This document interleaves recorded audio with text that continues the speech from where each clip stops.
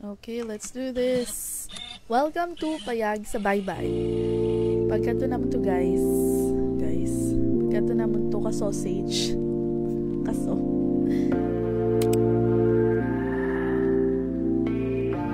Pagkato naman to, impulse lang, no? Spontaneous. Kaya balita nila, ang mga trip na ginaplano, wala gada yun. So, maskin grabe ulan, as you can see, nagdayon kami yapon because you crave kami sa seafood. Originally, mga kami tani sa Anli Seafood yung lugar. Kung taga-dari ka mo, tibalan nyo kung hindi na siya, lapit na siya di.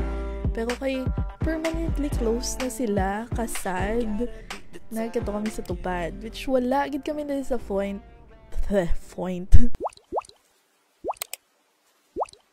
Wala kami na-disappoint kaya gusto naman i-satisfy ang apon nga seafood craving. So nag-order kami sa cheesy scallops nga chili, of course baked talaba, steamed talaba, sinigang nga tangigi or depende sa imo kung ano gusto mo, fish, shrimp with garlic and butter. Amo siya ang inakanamit.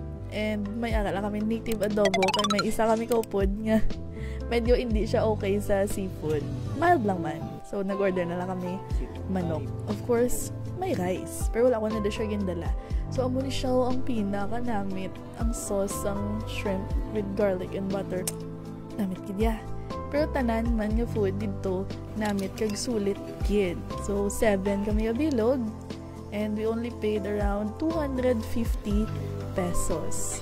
So, kung gusto nyo i-satisfy ang inyong seafood craving and iban pa, like this delicious manok, katulungan mo sa Payag sa Baybay. Enjoy!